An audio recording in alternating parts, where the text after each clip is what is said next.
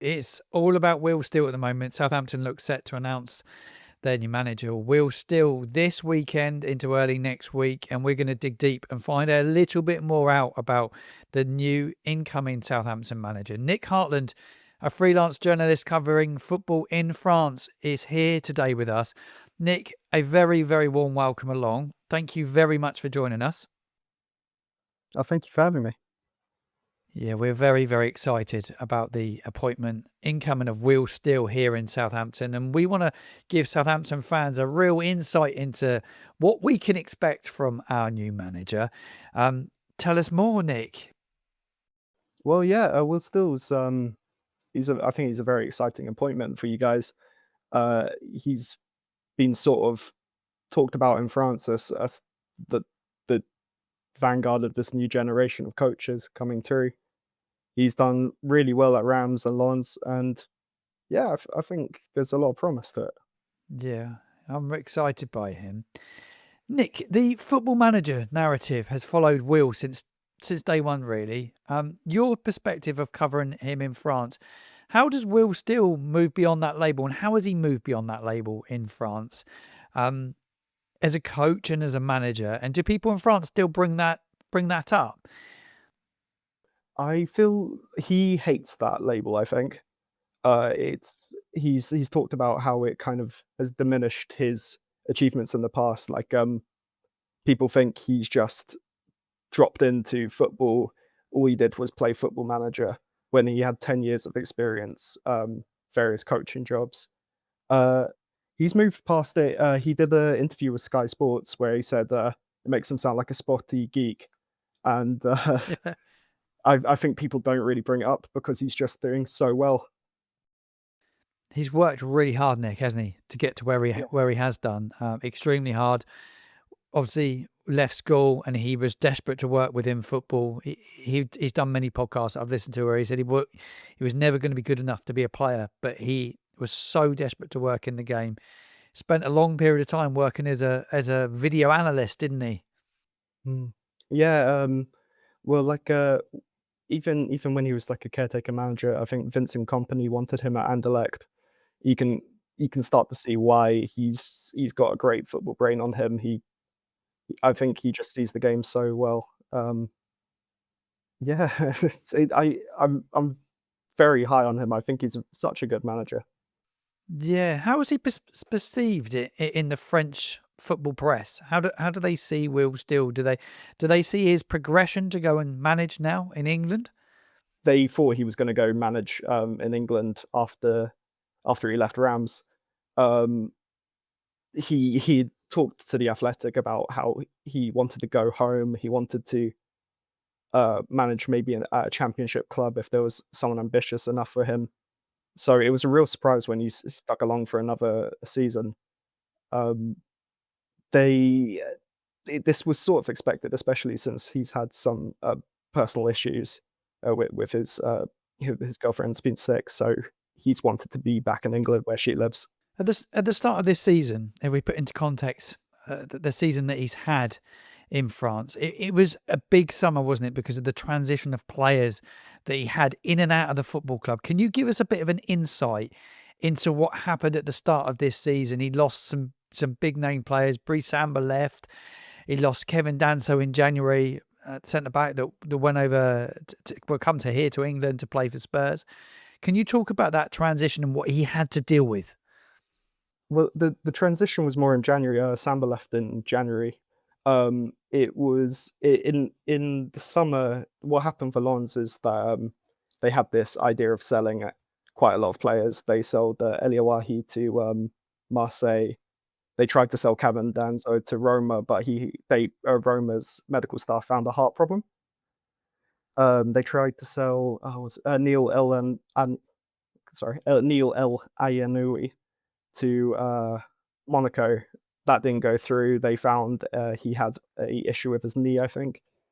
Um, but he had a lot of these players who he could rely on from the start. But it was actually a good start to the season. I think they went the first 7 games unbeaten in the league. They did get knocked out the Europa Conference League qualifiers, which was a bit of a low point, but not struggles in. in these little playoff games. Um, it turned it, the first half of the season was really good. It looked like they were on the cusp of maybe challenging for Champions League football, and then January was the big problem. They lost, like you said, Samba, they lost Danzo and Kusanov, and as soon as the window shut, they lost 4 games in a row. Yeah. It's tough when you have that turnover of players, isn't it? And then you've got to pick things up and see out the season. When he took over at Lens, he had some really big shoes to fill. Frank Hasse left, didn't he? Left the football club. He'd led them to a Champions League spot prior to that. How did Steele approach inheriting a team that was already so successful? Did you notice any significant changes in the style, the atmosphere under Steele? And how did he handle those expectations and the pressure from the fans in the club's hierarchy? That's an interesting question because what he did was he didn't really tear down what Frank Hayes had built because what Hayes had done was amazing. He went with like a back three like Hayes likes. He really kind of kept them doing what had made them successful for the last 5 years. There was signs that he was transitioning away from it. Just before January, he moved to a back four, and then his players got sold, and he moved back to a back three. Yeah. Now, it's interesting you talk about the tactics that Will Steele implements. I want to dig a bit deep and find out a little bit more about his tactics and how Steele sets up his teams. He favours, from what I believe, a high press, a high intensity system. Can you give an example of the philosophy that's manifested, certainly at Reims and then through to Lens? How does he like to go about his business and setting his teams up and the style of play that they will play under Steele? Yeah, it's a very aggressive press. I think they have like they try to win the ball high up. They're very good at winning the ball high up. They're not so good at scoring goals once they've won the ball high up, but that was also an issue at Rams. But Lens haven't been so good at actually scoring the goals. It's going to be difficult to know what kind of formation he might pick with Southampton because at Rams he went with a back four. He really used the 4-3-3 pretty much throughout his last season there. This time he used like a back three, a back four. Then he's went back to like a 3-4-3 near the end of the season. From what I've read, he's quite adaptable as a manager. He wants to win games of football like any manager does. But what's his plan B? Does he have a plan B? Is he a manager that will change tactic during the game if it's not working, or will he continue to do the same thing? We had a manager here in Russell Martin who was very much had a style of play that he wanted to play, a system that he wanted to play, and he wasn't that adaptable. Does Steele have a plan B? Yeah, no, I think he's quite different to Russell Martin. He will change the system during the game if it doesn't fit. He actually Lens have they use the most amount of subs in the whole of Liga. If he thinks the team will like exploit the press, he'll go for like maybe like a low block or something. It really changes game by game. He sets up his team to play the opposition. He doesn't set his team up by like a formula.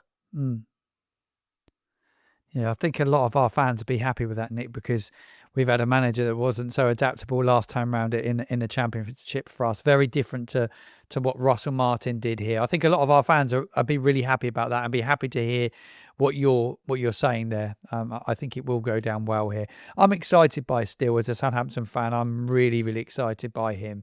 He's still young and he makes me feel a little bit old, to be honest. He's 32 years old.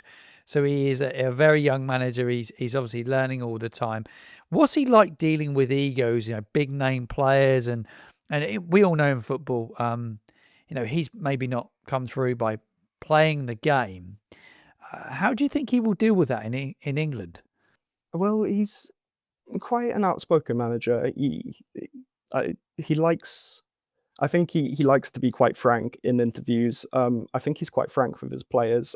Obviously I'm not in the dressing room, so I can't say. But there was an issue with one player this season, Jonathan Grady. He kind of he came up with Lens when they got promoted in 2020, I think, and he's sort of been this heartbeat to the team. But he kind of got shifted out because he's getting on in age, and they had Danzo and Kusanov, and there was sort of a problem where he was briefing through his agent that he wanted to leave, that he was so unhappy with Will Still's personal management, and in the end it kind of all didn't go anywhere because Still ended up using him a lot. He became a key part of the team again. It seems like he can manage egos, but maybe he does sometimes rub people up the wrong way. At Rams, he rubbed the board up the wrong way quite a lot by the end of the season. Well, Still did it, and how was that? In what way did he do that? By the way that he conducted himself, sort of like in and around the team, in the press. Is it more how he was in the press? Definitely. In the press. I think he learned lessons with Lens. He was far less critical of the decisions made by the team. But at Rams, he met with, I think through his agent, he contacted the Sunderland owner to talk about replacing Tony Mowbray. That really annoyed them, that he had to go in front of them and kind of explain what happened. He denied that he ever contacted the Sunderland owner. He was quite critical of their transfer policy. They refused to strengthen his squad, and he was really annoyed when they sold Asa Matasiwa to a European rival. He basically said, well, our season's over, we're not going to be able to challenge for Europe, and I really wanted to. And wow, and he come out in the press and said this? He said that to The Athletic. Wow. Yeah, this is interesting. It brings me on quite nicely because we had a question actually from one of our patrons, Connor, who asked when we've been able to see quite a bit about him tactically, but in a few interviews that he's done in the English media, are more sort of personality pieces. So we are really intrigued to know how he handles the media and also players game week to game week to week. Is he good with his players? I think so. I think players seem to like him. The fact that I can only really think of one player who's come out through his agent and said that he wasn't enjoying his management, I think speaks numbers, because you're not getting this constant stream of players coming out against him. Yeah. Which is good to know. It's interesting what you say about the media, though. The English media there'd be such a spotlight on Southampton next season, certainly because it's a different beast. Yeah, I believe that Southampton, they'd be one of the favourites to get re-promoted to the Premier League. It'd be interesting to see how he's backed in the summer as well. I'm sure he's getting a really good idea from the Southampton board right now of what's going to be available and what's not going to be available. Otherwise, I don't think he would have took the job if he's not going to get what he feels that he needs. I'm led to believe from the people that I speak to that he really impressed when he spoke to the Southampton board here. I think the presentation that he gave them was absolutely outstanding. He's very good in the way that he presents, isn't he, Nick? Oh, amazing. Yeah. There was that interview he did with Sky Sports, or with Jamie Carragher on the Monday Night Football, and he just talked through how his Lens team approach games. And I thought he presented himself really well. I think it's a really good appointment if it does eventually go through. I think the Telegraph was saying that it's happening. Yeah, they're saying here in England today that Sky Sports News are running with the story that he signed a 3-year deal. Everything's done with his current club, and he's looking to bring 2 members of staff with him. Who would those members of staff be? There's a lot of talk that his 2 brothers work with him. Would it be his 2 brothers? I would imagine it would be them. I'm not sure who it is, but he's worked a lot with one of his brothers. I think the other brother, Nicholas, he just joined in the summer, and that's the first time they've been working at a club together. He's on a podcast here recently, and he did speak about his brothers. I think one of them maybe managed for a short period of time as well. Southampton, Nick, I've got a huge rebuilding phase this summer. Obviously, we've been relegated from the Premier League. We expect a huge turnover in players. There's going to be a big reset here. For Will Steele, his experience of rebuilding confidence, rebuilding a squad, how do you think he's going to adapt to that? Because there's a really, really big task here. And do you think he's going to learn from his lessons over in France in the 2 jobs that he's had? I think well, you'd hope so, yeah. He's had to rebuild quite a lot of times now. He's said before that when he was at Rams, he had to rebuild every transfer window because they kept selling his players. I think he's a good option to be able to build something new. He had to do that at Lens. He had to rebuild his whole team after this January window where so many of the players got sold. Yeah, it's going to be a big summer here. There's going to be a huge turnout over our players. We know that. And yeah, there'll be a lot of players coming in the door as well. Lastly, the big picture on Will Steele's trajectory as a manager. How do you think he views this Southampton move? Do you think it's a long-term project for him to get his teeth into, or do you feel it could be a bit of a stepping stone for the next job? It's a lot of people talking that he's a massive West Ham fan, and that they see that he could potentially that's in his eyes. If promoted from the Championships with Southampton next season, do you think he's he's a manager that's in it for the long haul? Do you feel? I'm not sure I could answer that. I can give I'll give my opinion. Yeah, I that would don't be know great. how Yeah. true it. I would see it as a stepping stone for him. I think he sees himself at the top of the game, and if a club can't deliver that for him, I think he would think about moving on. He did sign a 3-year contract with Lens, and he only lasted 1 year with it. Perhaps you'll get 2, perhaps you'll get 3. Yeah, will be very interesting. Nick, you've given us a great insight. I really, really appreciate your time. Thank you very much for coming on the show today. It's been a great insight, so thank you very much. That's no problem. Thank you so much for having me. It's been a pleasure.